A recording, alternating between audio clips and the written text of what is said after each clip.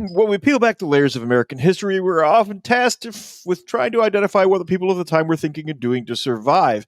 There were people just like us who lived at a time that would be perceived as backward in many ways to modern Americans. Yeah, because they didn't have the technology. Don't be obtuse.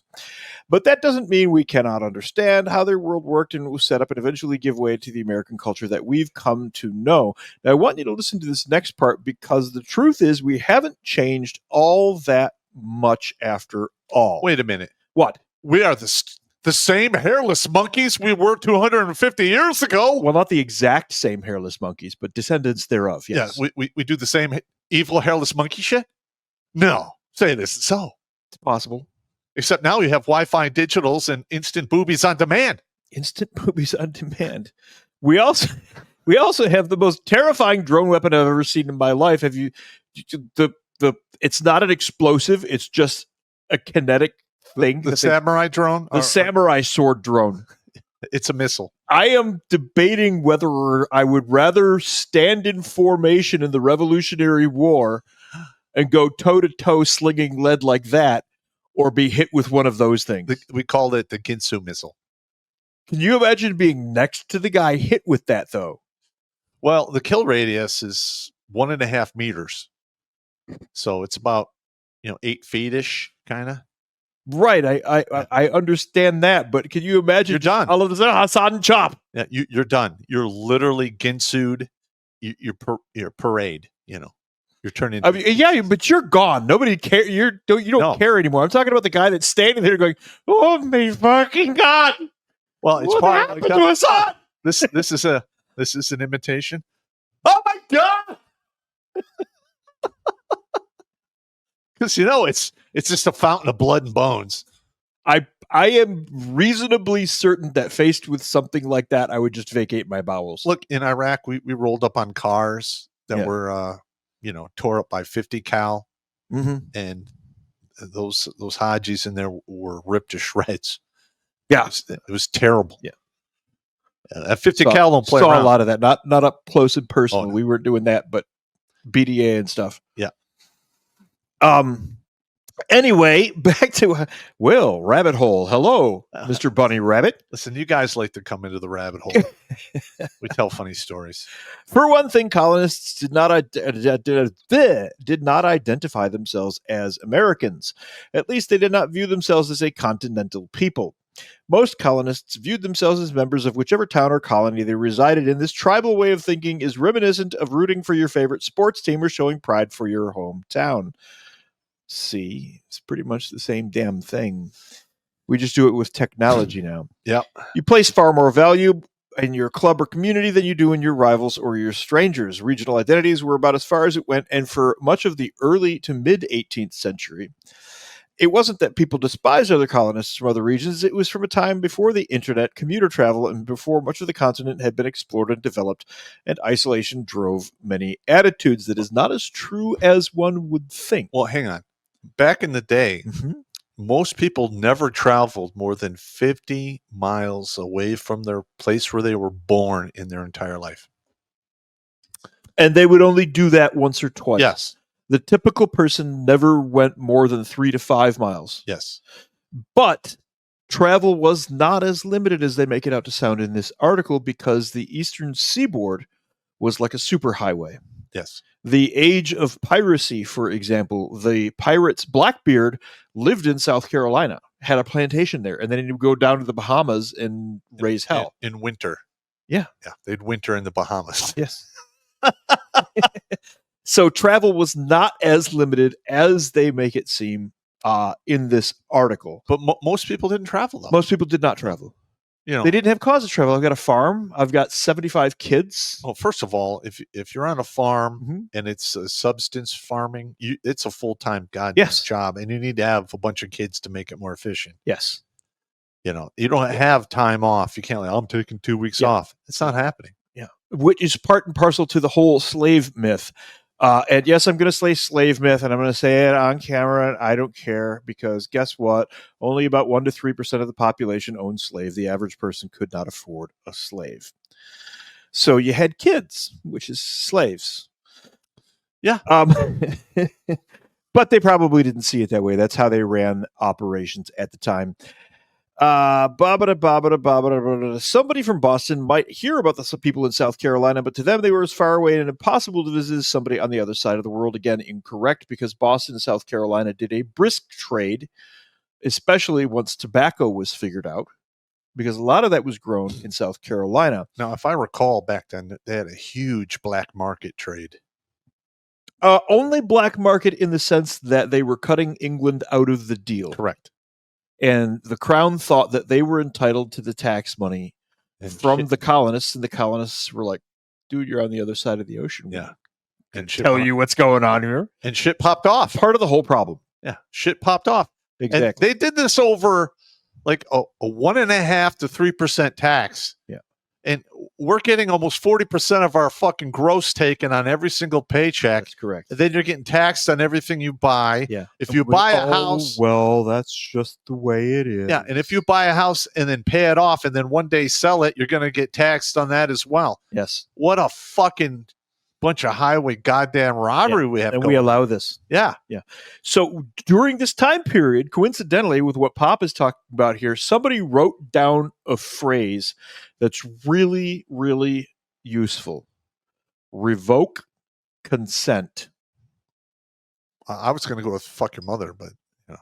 They did not put that in the Declaration of Independence, but I'm betting Ben Franklin wanted it there. If anyone out there has a time machine, let me know. I will go back there and write in there, fuck your mother. Ben Franklin, I tried that. They didn't let me do it. Yeah. Anyway, revoke consent is in the Declaration of Independence, and it's a phrase people should be thinking about today. Yes. You might want to read the Declaration of Independence. Now, I dabble in various things. One of them is law. I've been dabbling in it for a very long time, 17 years-ish. And there are people who will say that the Declaration of Independence is not a legal document. Why would they say that? I have had attorneys tell me that the Declaration of Independence is not a legal document. It is the first legal document in the foundation of the United States of America. It was a formal legal letter to the crown. I have a touche. What about the Articles of Confederation that were before the Declaration of Independence? What about them? Were they not technically a legal document? They're absolutely legal documents. Okay. They became legal documents. But the reason that a lot of the lawyers like to argue that the Declaration is not a legal document is because it contains instructions to get rid of all of the people who are taxing us at a rate of 40%, which means a lot of the lawyers would suddenly find themselves unemployed. That would not be a bad thing in my eyes. I am not a fan of shyster lawyers and their goddamn Latinese rip-off language that they all fucking use. In the 16th century, William Shakespeare sagely wrote, "First we kill all the lawyers." Oh, well, yeah, there you go. There you go. Now you're interested in Shakespeare. Yes. There you go. That's it. That's how you pop interested in Shakespeare. First we kill all the lawyers. Listen, these lawyers need to start paying attention. When they start writing jokes about chaining lawyers and throwing them in the New York Harbor and calling it a good start, somebody's fucking up. Yeah. I'm just saying. True story. All right. So the first real attempt to unite the colonies came in 1754 with the Albany Congress in upstate New York. Wary of the escalating tensions between France and Great Britain, who were constantly at each other's throats, Spain's armada had fallen by the wayside in the early 1700s during the great age of piracy, when Spain was getting all the gold out of South America, and all of a sudden their ships were like pirate fodder. Wary of the escalating tensions between France and Great Britain, a meeting was called for by all of the colonists to decide how to proceed. Headed by Benjamin Franklin, the Albany Plan was put forward but ultimately rejected, which would have created a congressional body for the colonies to act and impose legislative directives over continental affairs. This is where we also received the infamous join or die snake design that everybody loves, the Gadsden flag. The Don't Tread on Me? That's the one. Yep. Politically speaking, the colonies shared many similarities in their governing makeup. Nearly all of the colonies held royal charters with Parliament or the British monarch, which is how things were held together then. The same thing was going on in Canada at the time. St. John's Bay, great history. Now, you should read some of that. Correct me if I'm wrong. But that's not tonight's show. Isn't Go the ahead. title Esquire a title of Esquire means landed. I thought it was a title of nobility. No. Minor nobility. No. Okay. because at the time you could not vote unless you held land. The we lawyers, need to go back to something like that. yeah, right. Yeah. The lawyers adopted the title Esquire to give themselves an air of authority. So you're saying it was a lie? It's more legal bullshit. No, you're serious? No, there lawyers doing legal bullshit even back then. No. Yeah. All right. Sorry. 16th century. First, Yeah. we kill the lawyers. Well, these things happen. So each colony had a royal governor appointed by the king, which obviously could become problematic very quickly. This individual held ultimate say over the decisions in the colony. However, most colonies also had colonial assemblies, bodies of elected officials who conducted local affairs and business. And for much of the 18th century, this relationship was at peace with one another. Colonists enjoyed the full wealth and protection of the British government, including the British Army and Navy colonists, who inherited a large amount of English common law, which is the basis for all of our laws today, which has been subsumed by corporate law hang on. and the attorneys. What? When I was working in the mortgage industry, the 30-year mortgage and the 20-year and 50-year mortgage, it's all from an English model. Yes, that dates back to the 11th century. Yeah, it goes way back. I mean, all the way to the Templar Knights. Yes. Knights Templar actually had a way to mortgage and do all that crazy shit. Which would be the 10th century. Yes. That's a long goddamn time. Yes. So, and it's hard to believe, but it seems like the laws we have today are just a bunch of pancakes piled on top of other pancakes. And then it is. You have corporate law, with which layers of bullshit in between. Yeah, well, you have corporate law, which is the syrup over the top. Yeah. Well, it's mostly ass syrup. Yes. It's a bunch of bullshit. So you mean to tell me that's not chocolate spread in between my pancakes? It's just a bunch of bullshit? Yes. Just eat the pancakes, Jimmy. Don't say nothing. Okay, fine. I'll shut up and eat my pancakes, even though I prefer waffles. Far from being just a place that served ales and alcohol, taverns were also gathering spots that offered a neutral place to discuss the hot topics of the day. They were not called taverns. To this day in England, they are still called a public house, which is the gathering place. Facebook of yesteryear. It is. It is the Facebook of yesteryear. That is precisely correct. Regional economies differed tremendously. New England was primarily a merchant-based economy where fishing and trade provided the backbone of everyday life. Farming, too, played a huge role in rural life. Obviously, we were an agrarian society when we started out. America was an agrarian Virtually society. Every nation was. Particularly so, though, because we had so much land to farm. Yes. And the woods as well. The wood that we shipped over to make ships and stuff like that was tremendously important. The fur trade. The fur trade, the French had kicked in. That was in the Northwest Territories, up in Michigan, Minnesota, Canada, those areas. And did we not fight a war over that? We did. Yes, we did. We did. We can get into that at a later time, though. Yeah, we can. It's not part of the 4th of July thing. It's prior to that. But it is. It's prior and after both. Yeah. Regional economies differed tremendously.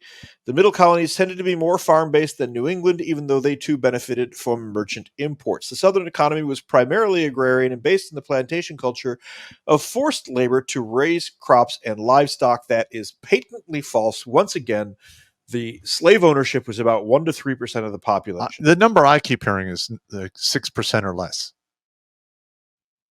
I might possibly buy into 6% or less. Yeah, but listen. They were expensive. If you look at the slave auction things, a slave was like $100 in the day. That's a lot of money. That's what? I don't even know what that would be in today's money. Exactly. Exactly. It's like $5,000-$6,000. Well, back in the day, you could buy houses for like $30. Exactly. I ain't got no money for Toby. Yeah, it's 2.5 houses. Yeah. No, I could build 2 houses for the price of 1 Toby. I'll farm my own shit. Thank you. Well, yeah, and here's another thing that really annoys the shit out of me is the African American population of today has this notion that slavery built the United States. Nothing could be further from the truth. Yeah. Now, did they actually take part in the early, parts of America, primarily in the South? Yes. But once our Industrial Revolution kicked off, They had nothing to do with that. I have had a black guy in Detroit agree with me when I said that by the time the Civil War started, the Industrial Revolution had already reached the United States of America, which made slaves what? Obsolete. Antique farm equipment. Yep. You should have seen his face. He's like, oh, Yeah. oh, you're not wrong. It's a harsh way to put it, but that's what it was. Yeah. Now listen, I am not a proponent of slavery in any way, shape, No. or form. I think it's egregious and horrible. Yeah. But every single civilization on this planet at some point had slaves. I have seen slave markets in North Africa. Yeah. They're there. It's part, you can go buy groceries in a slave. Yeah. That's messed up. It's a real thing. Yeah. In North Africa. It never died in Africa. No, never did. The Southern economy was primarily agrarian, based on plantation culture. African slavery came to North America in the 1619, sort of, but it remained largely a mixed part of the culture for most of the 17th century. It was not uncommon to see African and white laborers working side by side. Indeed, indentured servitude, the practice of laboring for a specific period of time under contract and earning release freedom when that time was completed. That's not how it worked, because they'd go, oh, you broke that. That just adds to your debt. So guess what? You're stuck for another 3 years. Yeah, that whole indentured slavery shit. Or just slavery with the carrot. Yes. The indentured servants got treated just a little bit better, in times of hardship or whatever. Go back and read. The Irish are treated worse because the blacks were so expensive. Yeah, well, there is that. But I just thought that when it came to actually the harshest punishments, they usually went a little easier on the Irish. No? That's incorrect. Because, again, Toby cost $5,000. We got Patty basically for free because he screwed up and had to sell himself into indentured servitude. Well, here's another thing, is the indentured servitude was so hated that they actually wrote that into the Constitution of this country. But it is ignored every day, 5 days a week, 50 out of 52 weeks a year, and it's called child support. Oh, yeah. That's true. It's 100% indentured servitude. Now, if you're forced to pay child support on a child that's not yours, that is straight up slavery. Yeah. All right, I went off in the weeds. You did go off in the weeds. You brought me down, man. Sorry, man. You brought me down. So familial ties played a distinct role in the development of colonial relationships and successful businesses. Indeed, among the wealthy and landed gentry, arranged marriages were a way of keeping wealth within the top tier families. Guess what? Arranged marriages were a lot more common than you would think. It helped communities grow, and it helped move. Yeah. Because they understood inbreeding and all of that stuff. Yeah, I guess they did have. So they would arrange with the next town over, and you'd have these cotillion dances, and that's what a lot of those cotillion dances were. Yep, is to get the women who were of marriageable age out there for the men who were of a marriageable age to see each other. And at the time, that meant like 15 to 18 years old. So you're saying it was a pegs in a hole event? Could be setting up a peg in a hole. Could be. Listen, and back in the day, most of those people did not get divorced. No. I mean, in England, I know there was the if you didn't get along with your wife, you could sell her to somebody else or swap her for another woman. It's crazy shit. But I don't know much about that other than Henry VIII, who actually defied the Pope himself in order to get a divorce. And started a whole other religion. A bunch of his women beheaded. That's a perk of being a king. You can actually have her beheaded. Yeah. And now you get bobbited. So Virginia society demonstrated this better than anyone. Take, for example, George Washington, a wealthy inheritor of his father's, then stepbrother's inheritance. But Washington did not bring near the amount of land and wealth to his marriage as his wife, Martha Dandridge Custis, did. Yeah. Before she was Martha Washington, she had been married to Daniel Parke Custis, a wealthy Virginia planter. Herself coming from a wealthy family background, when her first husband died, Martha inherited his estate, which is extremely unusual at that time for a woman to inherit estates like that. It just is what it is. People, so sexist. They shut up. It's just the way that it was. Stop applying modern rules to old history. Here's another thing. All right. the feminists of today are like, men have always had women under their thumb. Well, back in the day, when you died of old age at 48 to 52, if you were lucky, most people caught TB, yellow fever, cholera, typhoid, even the flu, and getting yourself the shits would kill you. Dysentery. Dysentery will kill you today if you're Yeah. not, What we if you have don't do something about those medical stuff we can go to and get it taken care of. But this whole thing about, keeping women oppressed, it wasn't oppression. It was keeping them alive. it. Those young 48 to 52 death rates, that was mostly in European cities because of the conditions. Yes. There are plenty of cases of people living well under the 70s, 80s. Well, when you're throwing turds out your window in the morning into the street, what do you think is going to fucking happen? Dysentery. Yeah. The sad, painful death. Yep. Your life just oozes out your butthole until you're dead. Okay, this is a really strange rabbit hole. Yeah. Oh my God. When she married Washington in 1759, he suddenly became the benefactor to her inheritance. This was not uncommon or unique to the couple, for in an age where death could strike a young couple at any moment, second or third marriages were often welcomed as a means of security for the individual wealth. For the lower sorts in society, familial ties still played crucial parts in the development of community and regional identities in a time where rural areas far outnumbered developed townships. The scarcity in people often produced mixed families, where all the sons of the family would marry all the daughters of another. There you go. That's I just weird. said that. All right, hang on. Let's go down this so we don't read the whole goddamn We're thing. not going to read the whole thing. All right. Where do you want to go? Oh, are you almost there? All right, just finish it then. Yeah. All right, we'll finish this and we'll start talking about some of the fucking crazy stories. This sets up where we are right now. Now comes the Revolutionary War. I want to talk about killing. All right, sorry. Keep going. What happened to you? Are you okay? Yeah, I'm missing being spun up. Yeah, missing being. Yeah, I'm a little weird right now myself. I'm reading all this going, this isn't so bad. Basically, this is the prelude to the Revolutionary War. We all know what happens next. The Americans get this idea into their head that, hey, let's form a country. It'll be neat. And they form the 13 colonies. The King of England completely rejects it, slaps them with some more taxes. Everybody gets really angry, and the two-way rifle ranges ensue. Now, we had the Boston Tea Party where they dressed up like Indians to blame it on them. And, through the tea and shit. I don't think anybody thought it was. No, I know that. I don't think anybody bought it, but yeah, they tried. Yeah, they tried. Yeah, bunch of white guys in Indian faith. Now, see, none of that existed at the time. There was no concept of all. Yeah, I know. There was just no concept of that. I mean, it was just dressing up as Indians and throwing tea overboard. Yep. And I drink tea, but I'm not going to fight a war over it. Okay. Just say it. Popping his Dane tea. Watch Grunt Speak live every Tuesday and Thursday at 8 p.m. Eastern. And if you want to join Pop for Supporters Sundays, go to redonkulous.com/donate and make a monthly pledge. A link is in the Meat Gazer box.